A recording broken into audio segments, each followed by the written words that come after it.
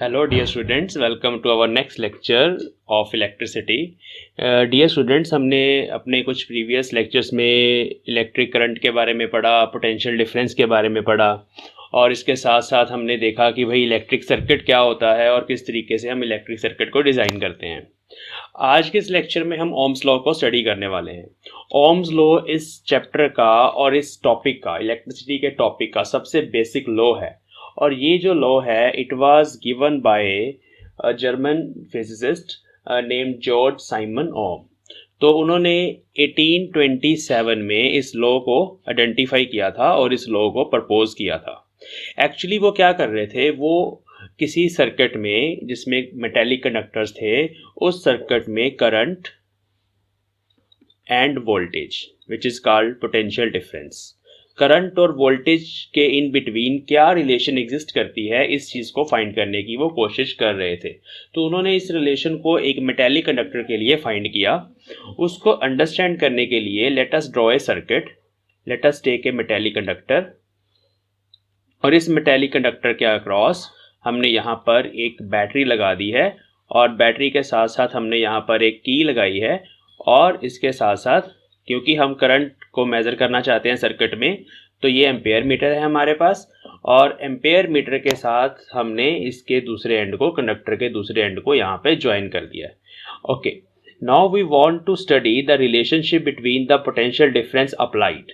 अब ये जो पोटेंशियल डिफरेंस हम इस कंडक्टर को दे रहे हैं वो बैटरी की वोल्टेज के बराबर रहेगा। ऐसा इसलिए होगा क्योंकि ये जो एम्पेयर मीटर है ये बहुत ही स्मॉल रेजिस्टेंस होती है इसकी, तो यहाँ पर जितना भी पोटेंशियल डिफरेंस हम अप्लाई करेंगे वो इस कंडक्टर के दोनों एंड्स को मिलेगा, जो एंड्स हैं हमारे पास ए बी। और जब भी हमने किसी भी कंडक्टर में या सर्किट के किसी भी पार्ट में पोटेंशियल डिफरेंस को मेज़र करना होता है तो जो डिवाइस हम उसके लिए यूज़ करते हैं that device is called volt meter. तो ये वोल्ट मीटर हमने ए और बी के अक्रॉस पैरेलल में लगा दिया, जैसे मैंने लास्ट टाइम आपको बताया था सीरीज और पैरेलल कनेक्शंस के बारे में, और जब हम रेजिस्टेंसेस की कॉम्बिनेशन पढ़ेंगे तब भी सीरीज पैरेलल और अच्छे से समझेंगे। अभी के लिए हम ये समझेंगे कि ये एक सिंपल सर्किट है हमारे पास और इस सर्किट में हमने क्या फाइंड करना है, we have to study the relationship between current I and voltage V, कि भाई अगर हम वोल्टेज को वेरी करते चले जाएं, अगर हम सेल की वोल्टेज या पोटेंशियल डिफरेंस को बढ़ाते चले जाएं तो उसके बढ़ाने से करंट पे क्या इफेक्ट पड़ेगा, या अगर हम वोल्टेज को डिक्रीज करते चले जाएं तो उसके डिक्रीज करने से करंट पे क्या इफेक्ट पड़ेगा। तो जैसे ही हम यहाँ पर की को क्लोज करेंगे, इस की को क्लोज करने से सर्किट में करंट आएगा from positive to negative terminal, तो इस डायरेक्शन में करंट फ्लो करेगा और उस करंट को ये एम्पेयर मीटर मेजर करेगा। तो इस चीज़ को अंडरस्टैंड करने के लिए, समझने के लिए let us go to a practical circuit. चलिए, तो यहाँ से अभी हम इसको स्टडी करेंगे बच्चे। ये हमारे पास एक प्रैक्टिकल सर्किट आपके सामने शो हो रहा है और इस सर्किट में यहाँ पर ये वाला पार्ट एम्पेयर मीटर है, ये वोल्ट मीटर है, यहाँ पे सेल है हमारे पास, ये एक रेजिस्टेंस है जो मैंने कंडक्टर लगाया था, उस कंडक्टर को हम रेजिस्टेंस भी बोल देते हैं, कंडक्टर की हमेशा रेजिस्टेंस होती है। And these are connecting wires.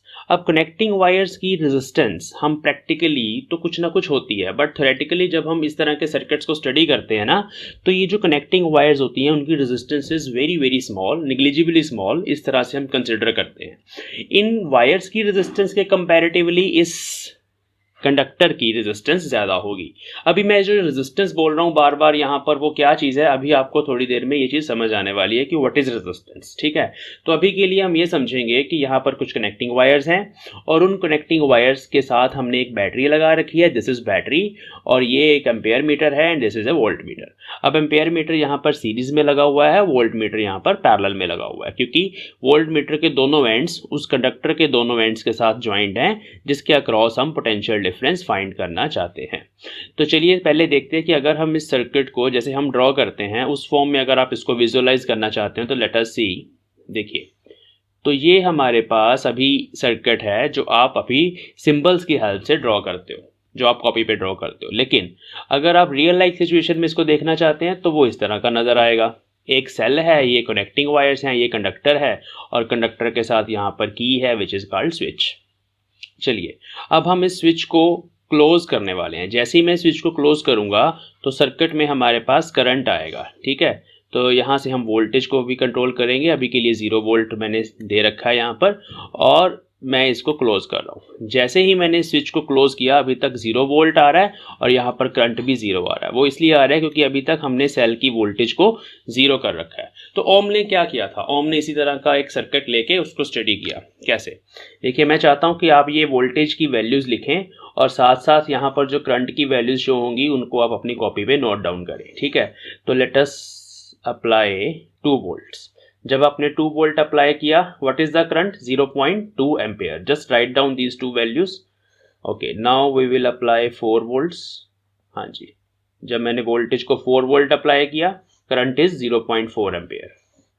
Again I am going to apply 6 volt. तो 6 वोल्ट को अप्लाई करने से current is 0.6 ampere. Just note down the readings on your copy. अभी जब हम 8 वोल्ट अप्लाई कर रहे हैं, चलिए 9 वोल्ट भी कर सकते हैं, then the current is 0.9 ampere. 14 volt, then the current is 1.4 ampere. तो अभी आपने ये कुछ वैल्यूज लिखी हैं वोल्टेज और करंट की।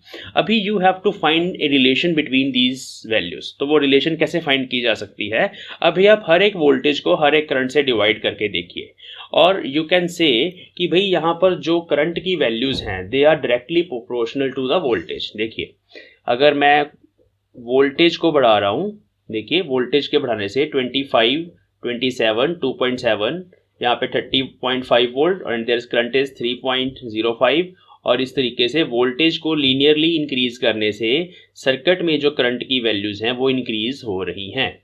तो इसका मतलब है करंट और वोल्टेज दोनों एक दूसरे के डायरेक्टली प्रोपोर्शनल हैं। तो दिस इज ओम्स लॉ कि भाई वोल्टेज और करंट किसी मेटेलिक कंडक्टर में एक दूसरे के डायरेक्टली प्रोपोर्शनल होते हैं।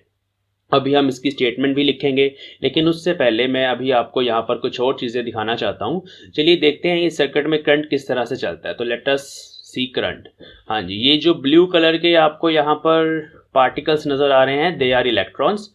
अभी हम यहाँ पर इलेक्ट्रॉन्स को विजुलाइज कर रहे हैं, और ये इलेक्ट्रॉन्स बैटरी के नेगेटिव टर्मिनल से जा रहे हैं और पॉजिटिव टर्मिनल के अंदर जा रहे हैं। बट जो कन्वेंशनल करंट होता है उसकी डायरेक्शन हम अपोजिट लेते हैं। तो अगर मैं यहाँ पर क्लिक करूँ तो you can see these arrows are representing the conventional current I, which is from positive terminal of battery to the negative terminals. चलिए इलेक्ट्रॉन्स पे वापस चलते हैं। लेट अस सी कि बैटरी की वोल्टेज को कम ज़्यादा करने से क्या फ़र्क पड़ता है। तो अगर हम यहाँ पर वोल्टेज को कम कर रहे हैं तो देखिए इलेक्ट्रॉन्स की स्पीड जो है वो कम हो रही है, means the rate of flow of charge is decreasing, means the current is decreasing.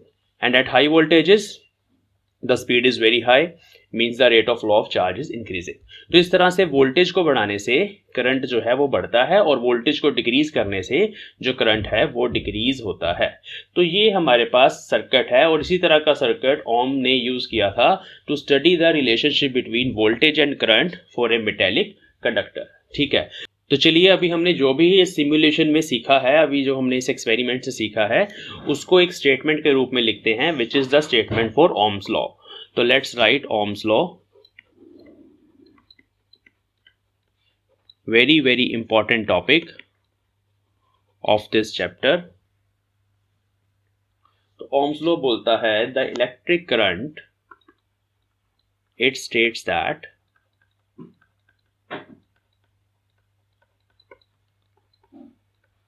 the electric current through a given metallic wire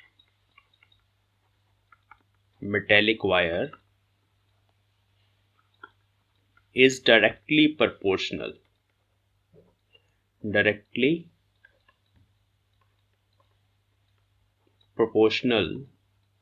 to the potential difference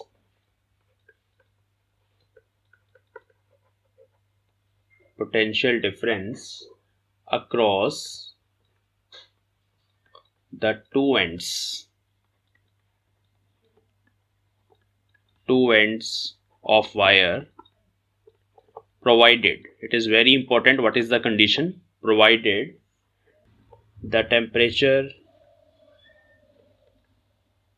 remains constant, the temperature remains constant. मतलब कि जब तक उस conductor का temperature change नहीं होता तब तक, only then the current through the wire is directly proportional to the potential difference, and this is Ohm's law. That is, I is directly proportional to V, and you can say V by I is constant.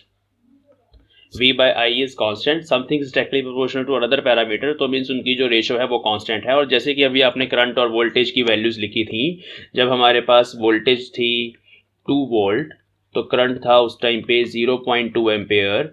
जब voltage हमारे पास थी 4 volt, current था 0.4 ampere. Voltage हमने लगा दी 6 volt तो current हो गया 0.6 ampere and so on. तो ये हमारे पास रीडिंग्स थी।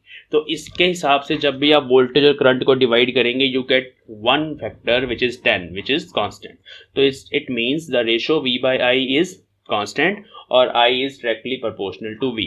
और यहाँ पर ये जो कांस्टेंट होता है that is denoted by R and it is called resistance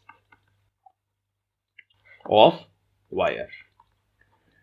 wire की जो रेजिस्टेंस है दैट इज R। तो यहां से हम लिख सकते हैं ओम्स लॉ की form V is equal to IR। तो this is Ohm's law.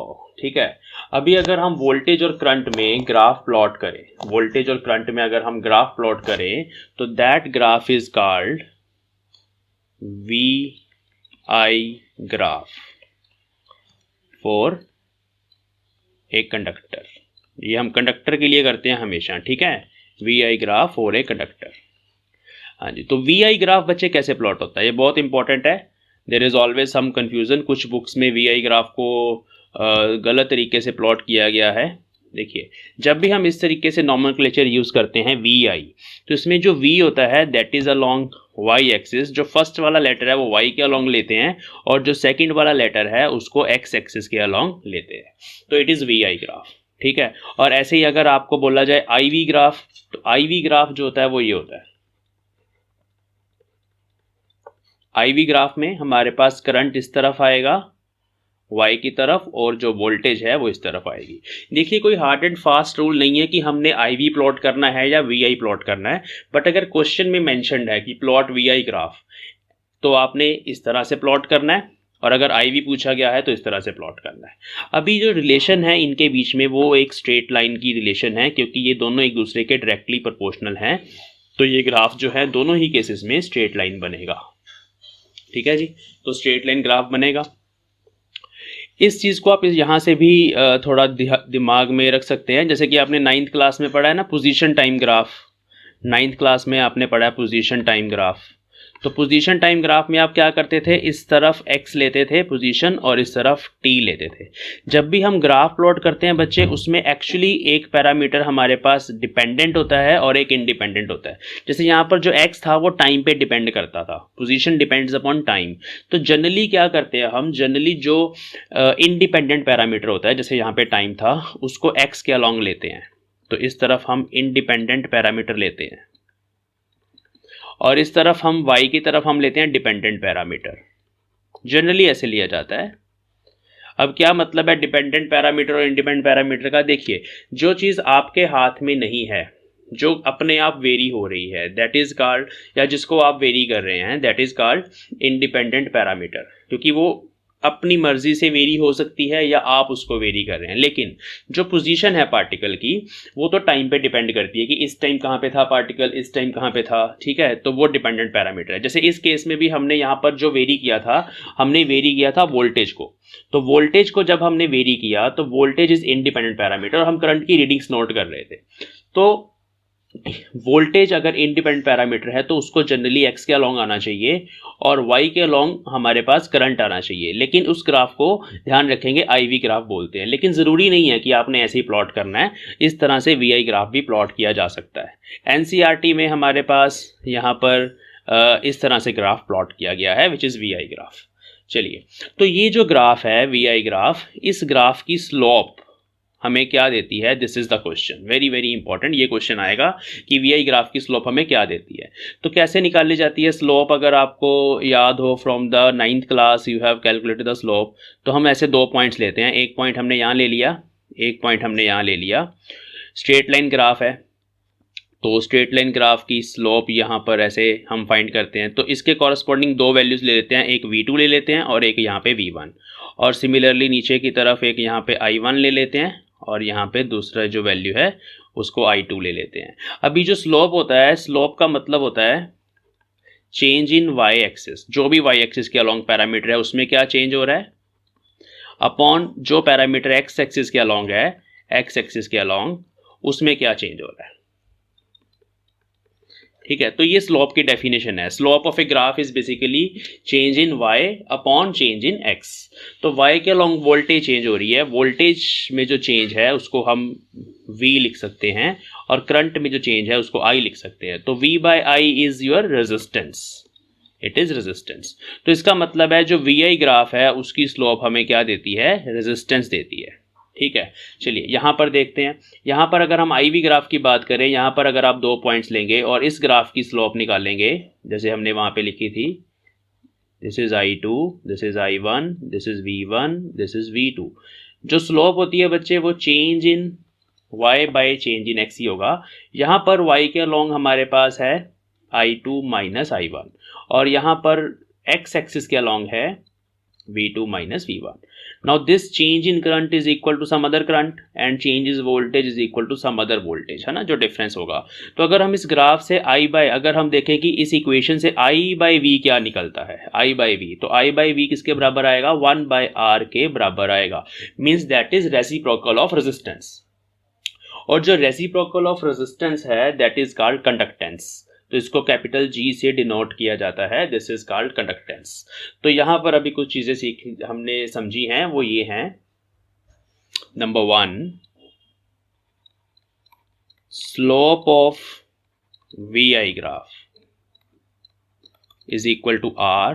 Number 2, slope of I V graph is equal to 1 by R। 1 by R को G से डिनोट करते हैं और इसका नाम है conductance, conductance of wire. Okay, और ये जो R है that is called resistance of wire, resistance of wire. और यहाँ पर तीसरी चीज जो हमें ध्यान में देने वाली है वो ये है कि R and G are constants for किसके लिए, given metallic wire. Metallic is very important, सिर्फ और सिर्फ मेटेलिक वायर के लिए R and G are constant unless और until the temperature remains same, provided the temperature is same. Temperature vary ना करे, जब तक टेम्परेचर सेम रहेगा तब तक R और G कांस्टेंट्स होंगे। तो ये हमें कुछ चीज़ें ओम्स लॉ से पता चली हैं। ओम्स लॉ में ध्यान देने वाली बातें यही हैं कि एक तो मेटेलिक कंडक्टर के लिए डिफाइंड है और टेम्परेचर कांस्टेंट होना चाहिए। Now we will define what is resistance, और फिर हम इसके ऐसे यूनिट की बात करेंगे, वेरी वेरी इंपॉर्टेंट। हाँ बच्चे, रेजिस्टेंस क्या है, it is the opposition offered by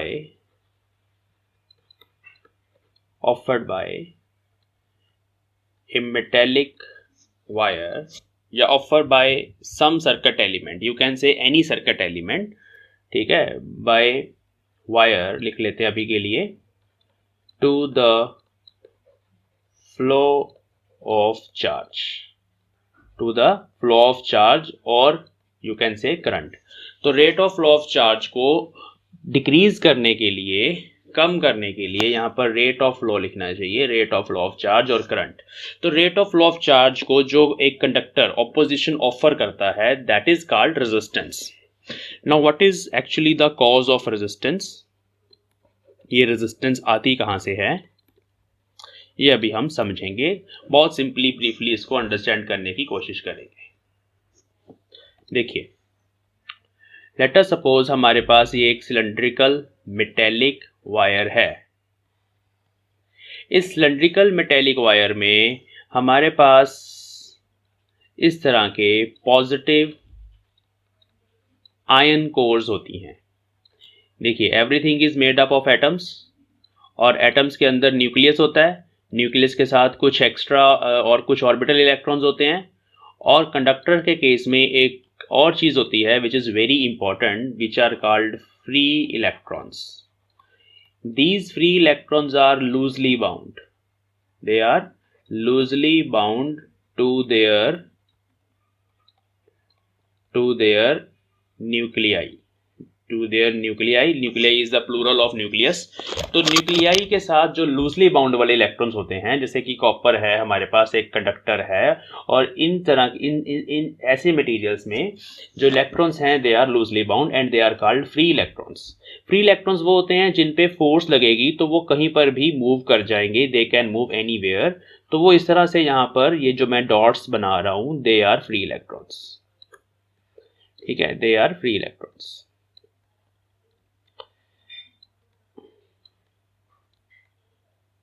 they are free electrons, these dots are free electrons. और ये बहुत ज़्यादा होते हैं, 10⁻28 पर मीटर क्यूब, ये इनकी नंबर डेंसिटी एवरेज होती है फॉर ए गिवन कंडक्टर। ये एक मैंने एवरेज वैल्यू ली है, तो कंडक्टर्स में इस रेंज में होते हैं। This is the order of magnitude, बहुत ज़्यादा होते हैं ये। ठीक है, ओके। अब होता क्या है, ये जो इलेक्ट्रॉन्स हैं उन पे नेगेटिव चार्ज है और वो फ्री हैं, लेकिन ये जो आयन कोर्स हैं they are fixed at their places, वो मूव नहीं कर सकती। लेकिन ये टेम्परेचर की वजह से due to temperature they have some kinetic energy and they vibrate. जैसे एक आयन कोर है तो ये इस तरह से अपनी जगह पर 3D ऐसे वाइब्रेट करते रहते हैं किसी भी डायरेक्शन में, they can vibrate in 3D direction. वो मूव करते रहते हैं क्योंकि उनके पास कुछ काइनेटिक एनर्जी है। और वो किस वजह से है, क्योंकि अगर हम रूम टेम्परेचर की भी बात करें तो रूम टेम्परेचर पर भी उनके पास कुछ ना कुछ काइनेटिक एनर्जी है। जैसे कि कॉपर का एक सिंपल सा कंडक्टर है, आप इमेजिन कर लीजिए आपके सामने ऐसे कॉपर की वायर पड़ी है, उस वायर में प्लेंटी ऑफ फ्री इलेक्ट्रॉन्स हैं और प्लेंटी ऑफ ये आयन कोर्स हैं। फ्री इलेक्ट्रॉन्स भी हैं वहाँ पर, आयन कोर्स भी है, लेकिन करंट नहीं है उस टाइम क्योंकि अभी आपने बैटरी नहीं लगाई। तो क्या होता है कि ये जो हमारे पास आयन कोर्स हैं वो वाइब्रेट करते रहते हैं और उनका कुछ एम्पलीट्यूड होता है। इस तरह से ये वाइब्रेट करते रहते हैं अपनी जगह पर, ऐसे वाइब्रेट करते रहते हैं और उनका कुछ एम्पलीट्यूड होता है वाइब्रेशंस का। अब होता क्या है, जैसे ही हम इसको बैटरी लगाते हैं, एक साइड पे हमारे पास पॉजिटिव पोटेंशियल आ जाता है और दूसरी साइड पे नेगेटिव। तो low potential, negative is low potential, positive is high potential. तो इलेक्ट्रॉन्स तो नेगेटिव चार्ज पार्टिकल हैं, तो इस वजह से उन पे फोर्स लगती है and they start moving in the direction of positive potential. जिधर पॉजिटिव पोटेंशियल है, क्योंकि नेगेटिव चार्ज पार्टिकल है ना, तो पॉजिटिव की तरफ जाएंगे। तो इस तरह जब वो अपना मोशन स्टार्ट करते हैं, वो इन पॉजिटिव आयन कोर्स के साथ ओकेजनली टकरा जाते हैं, कोलिजन्स होते हैं। तो कोलिजन का मतलब क्या है, उसने कुछ काइनेटिक एनर्जी गेन करी। ये हमारे पास एक इलेक्ट्रॉन था, उसने कुछ एनर्जी गेन करी, चलना शुरू हुआ, सामने ये आयन कोर आ गया, उससे टकरा के डेविएट कर गया अपने पाथ से। और यहाँ एक और पड़ा था आयन, उससे टकरा गया, इधर चला गया। यहाँ एक और था, उससे टकरा गया, इधर चला गया। तो ये आयन्स क्या कर रहे हैं, they are offering some opposition. तो वो एक्चुअली इनके पाथ्स में, इनके फ्लो में एक रुकावट पैदा कर रहे हैं। तो उस रुकावट के कारण जो पैरामीटर हमारे पास निकल के आता है, दैट इज कॉल्ड रेजिस्टेंस। अब अगर एक और चीज़ यहाँ पे बता दें, अब अगर हम ये देखें कि इन आयन कोर्स का टेम्परेचर, अगर हमने इस कंडक्टर का टेम्परेचर बढ़ा दिया, हमने रूम टेम्परेचर से इसको हाई टेम्परेचर पे ले गए, इसको बर्न करना स्टार्ट कर दिया, नीचे से यहाँ बर्नर लगा दिया, तो ये हीट अप हो जाएगा। हीट अप होने से इनकी काइनेटिक एनर्जी बढ़ जाएगी।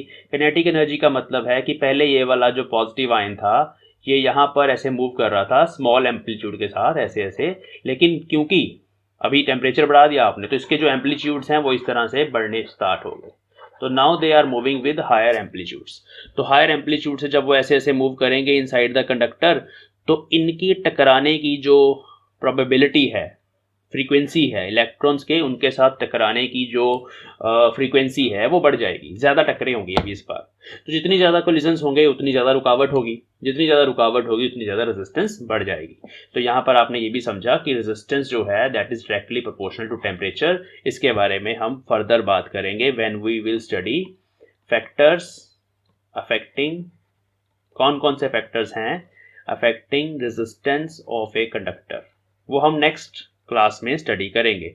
अभी के लिए आपने समझा कि ये जो कोलिजन्स हो रहे हैं, यहाँ पर कोलिजन्स मींस जो टक्करें हो रही हैं इलेक्ट्रॉन्स की और आयंस की, उनके कारण जो रेजिस्टेंस है वो एग्जिस्टेंस में आती है।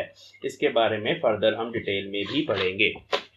तो ये डेफिनेशन है रेजिस्टेंस की, जो आपको क्लास में अगर पूछी जाए तो आपने लिखनी है। और जो इसका एसआई यूनिट है,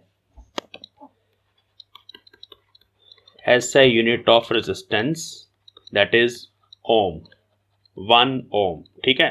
now what is 1 ohm? R is equal to V by I। अगर यहाँ पर वोल्टेज 1 वोल्ट हो और करंट 1 एम्पेयर हो तो जो रेजिस्टेंस होती है वो 1 ओम के बराबर होती है। तो hence the resistance of a conductor is said to be 1 ohm when 1 ampere current is set up in it when a potential difference of 1 volt is applied across its ends। ठीक है जी। तो this is the definition of 1 ओम। अगर ये आपको पूछी जाए तो आपने ऐसे करना है, और ये सिंबल है, ये जो है this is symbol of ohm. Okay, अभी जो कंडक्टेंस है अगर उसके बारे में पूछ लिया जाए तो conductance is capital G, it is reciprocal of resistance.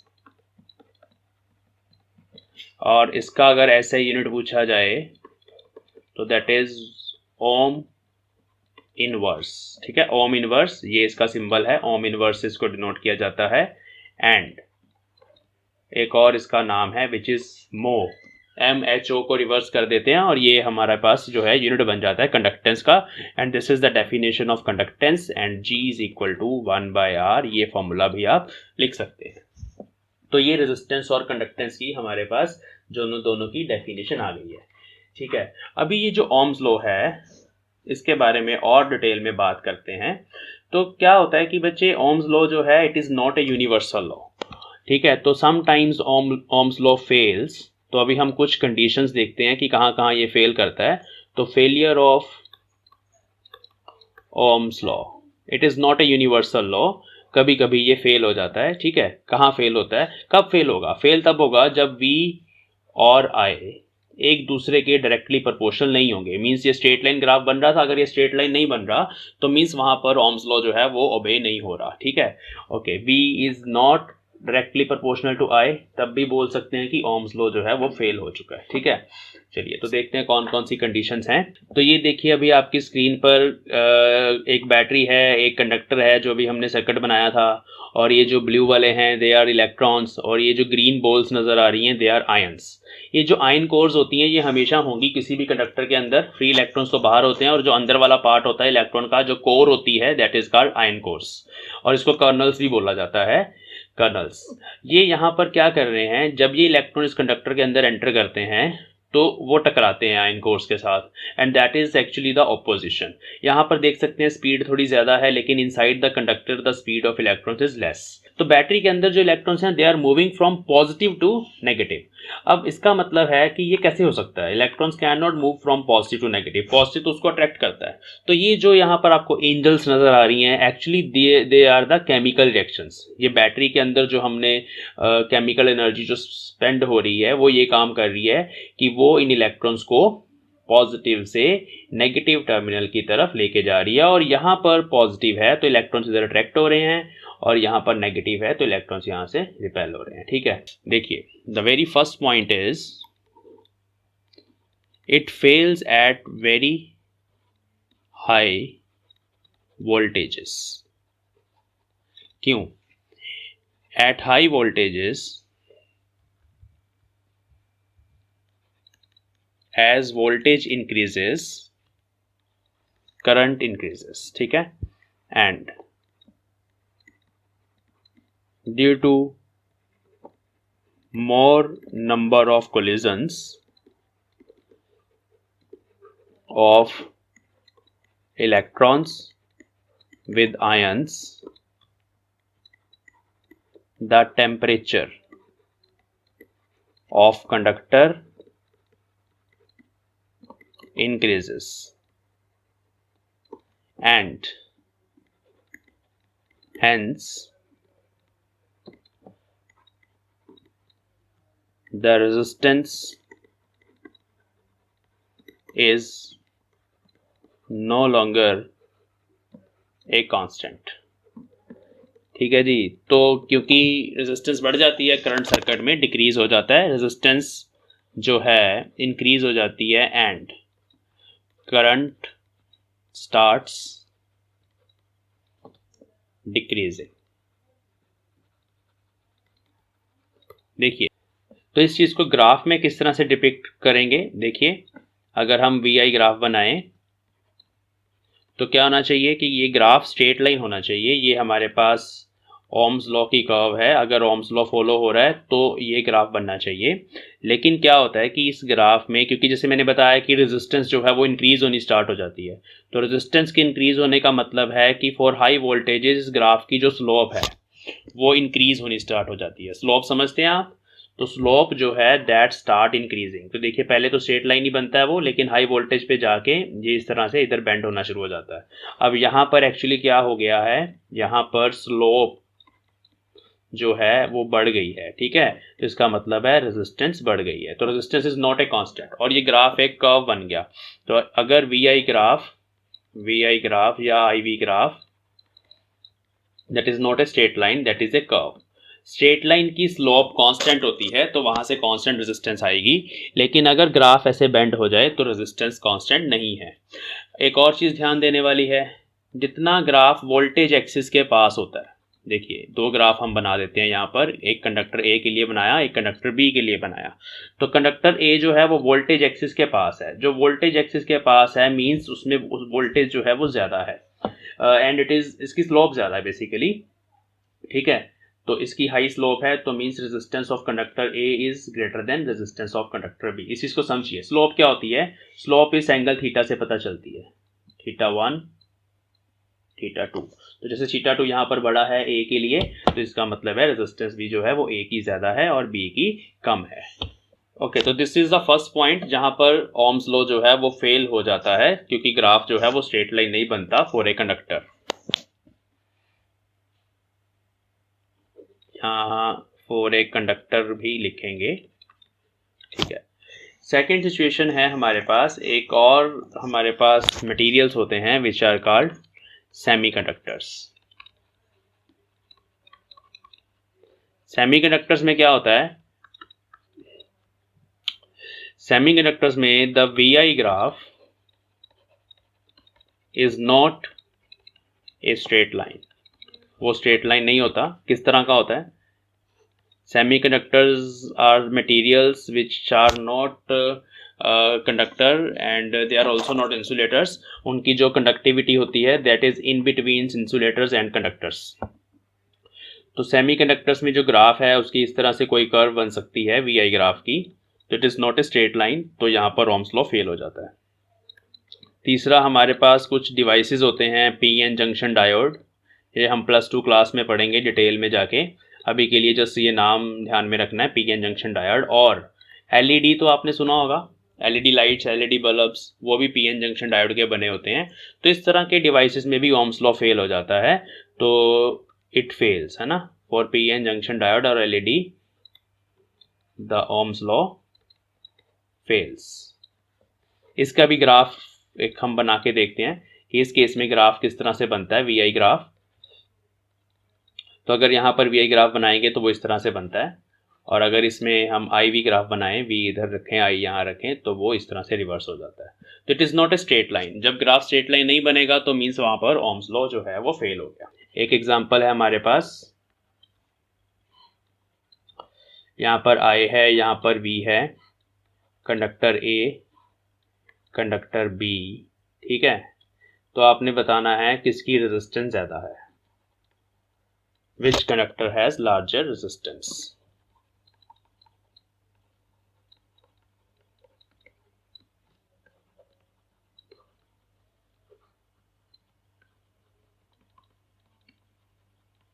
हाँ जी, तो स्लोप देखेंगे अभी इस ग्राफ में रिवर्स है। इस ग्राफ की जो स्लोप है that is I by V, और वो स्लोप तो 1/r के बराबर है। मीन्स यहाँ पर स्लोप जो है that is inversely proportional to resistance. अब किसकी स्लोप ज़्यादा है देखिए, ये बी का एंगल है और ये ए का एंगल है। तो इस केस में हमारे पास slope of B is larger than slope of A. अब क्योंकि वो रेजिस्टेंस के इनवर्स के बराबर है, तो इसका मतलब यहाँ पर आ जाएगा कि resistance of B is less than resistance of A. और यहाँ पर शॉर्टकट है सिंपल, कि जो ग्राफ वोल्टेज एक्सिस के ज़्यादा पास होगा, जो कर्व, जो स्ट्रेट लाइन वोल्टेज एक्सिस के ज़्यादा पास होगी, उसकी रेजिस्टेंस ज़्यादा होगी, ठीक है। तो nearer to the voltage axis larger is resistance, ठीक है। तो इस बात का ध्यान रखेंगे तो कभी भी मिस्टेक नहीं होती, यहाँ से डायरेक्टली पता चल जाता है।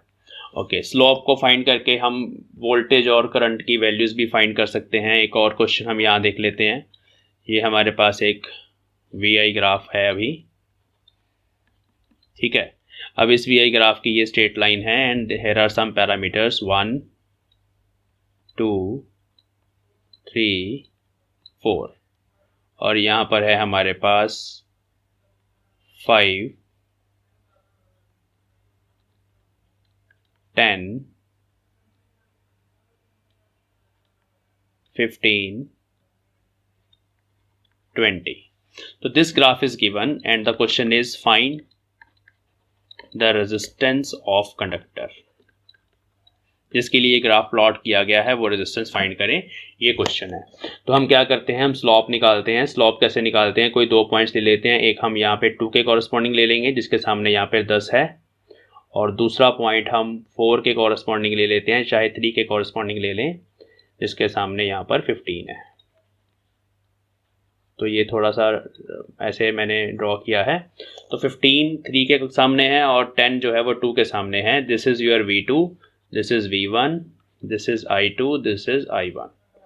तो रेजिस्टेंस जो है भाई वो है V2 minus V1 upon I2 minus I1, that is slope of this graph, ठीक है। स्लोप क्या होता है, slope is change in Y axis, जो भी वाई के अलॉन्ग पैरामीटर है, upon change in X axis. ये आपने 9th क्लास में भी फाइंड करी हुई है।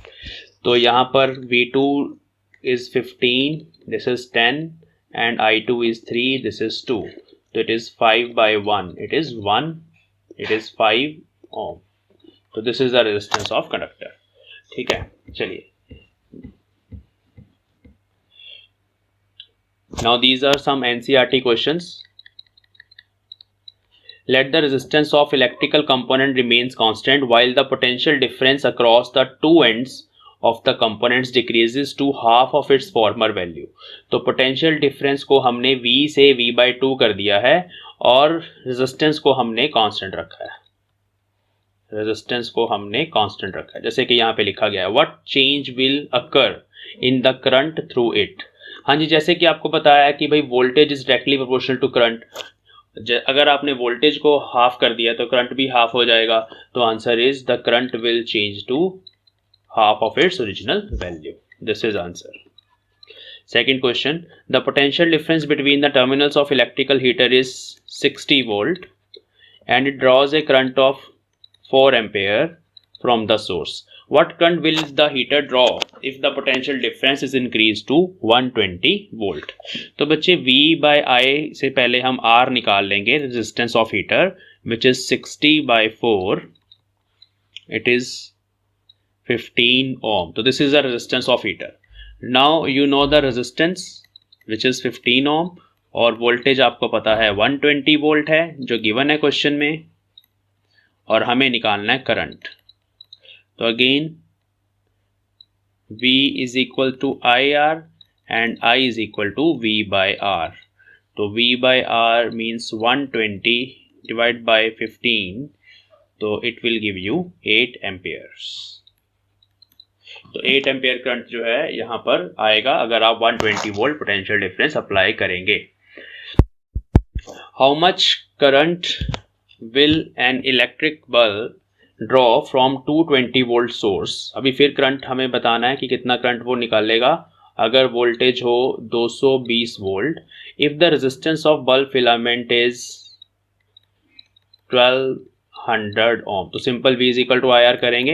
How much current will the electric heater coil draw from 220 volt source if the resistance of heater is 100 ohm? तो सेम क्वेश्चन है, दोनों बार हमें करंट ही फाइंड करना है और रेजिस्टेंस दी गई है, तो ये आपको ट्राई करिए, NCERT क्वेश्चन है। चलिए फिनिश करने से पहले जो भी हमने सीखा है उसको देखते हैं किस तरह से ओम्स लॉ काम करता है। तो ये आपके सामने एक सिमुलेशन है सिंपल सी, जिसमें आप देखिए मैं वोल्टेज को कम ज़्यादा कर रहा हूँ और उससे क्या हो रहा है, वोल्टेज को डिक्रीज करने से करंट डिक्रीज हो रहा है, वोल्टेज को इंक्रीज करने से करंट इंक्रीज होता है। ठीक है, तो वोल्टेज और करंट दोनों एक दूसरे के डायरेक्टली प्रोपोर्शनल हैं, इस तरह से करंट में चेंजेस आ रहे हैं। ठीक है, ओके। रेजिस्टेंस हमने यहाँ पे कांस्टेंट रखी है, लेकिन ये ज़रूरी नहीं है कि रेजिस्टेंस हमेशा कांस्टेंट होगी। बहुत सारे इलेक्ट्रिकल सर्किट्स में हम रेजिस्टेंस को खुद वेरी करते हैं, और वहाँ पर जो रेजिस्टेंस वेरी होती है that is called variable resistance, और उसका दूसरा नाम है रेहोस्टेट, जैसे कि हमने लास्ट लेक्चर में भी सुना था। तो अगर हम रेजिस्टेंस को वेरी करें तो उससे क्या होगा, रेजिस्टेंस के बढ़ने से, देखिए वोल्टेज कांस्टेंट है, अभी करंट कांस्टेंट है, मैं रेजिस्टेंस को बढ़ा रहा हूँ, देखिए क्या होने वाला है, करंट डिक्रीज होगा, क्योंकि हम वोल्टेज वेरी नहीं कर रहे, ये वाला फैक्टर कांस्टेंट है। और अगर यहाँ पर कांस्टेंट है तो एक चीज़ को अगर आप मल्टीप्लिकेशन हो रही है ना I और R की, R को अगर आप बढ़ाएंगे उतना I को छोटा होना पड़ेगा, सच दैट कि दोनों को मल्टीप्लाई करके V उतना ही आ जाए। देखिए R को बढ़ाने से करंट डिक्रीज हो जाता है और R को कम करने से करंट बढ़ जाता है। और इस कंडक्टर को देखिए, R को बढ़ाने से क्या हो रहा है, वहाँ पर जो कर्नल्स हैं, जो आयंस थे, वो एक्चुअली यहाँ पर इंक्रीज हो रहे हैं और कोलिजन्स बढ़ रहे हैं, और इसलिए करंट जो है वो डिक्रीज हो रहा है। तो with this last simulation let us and this lecture. इसको ध्यान से सुनिए, चाहे आप इसको 2 बार में सुनिए, थोड़ा लेंथी लेक्चर है, लेकिन अभी ये ओम्स लॉ कंप्लीट होता है जब हम ये सारा कुछ इसके बारे में स्टडी करते हैं। तो thanks for watching, we will meet in our next video.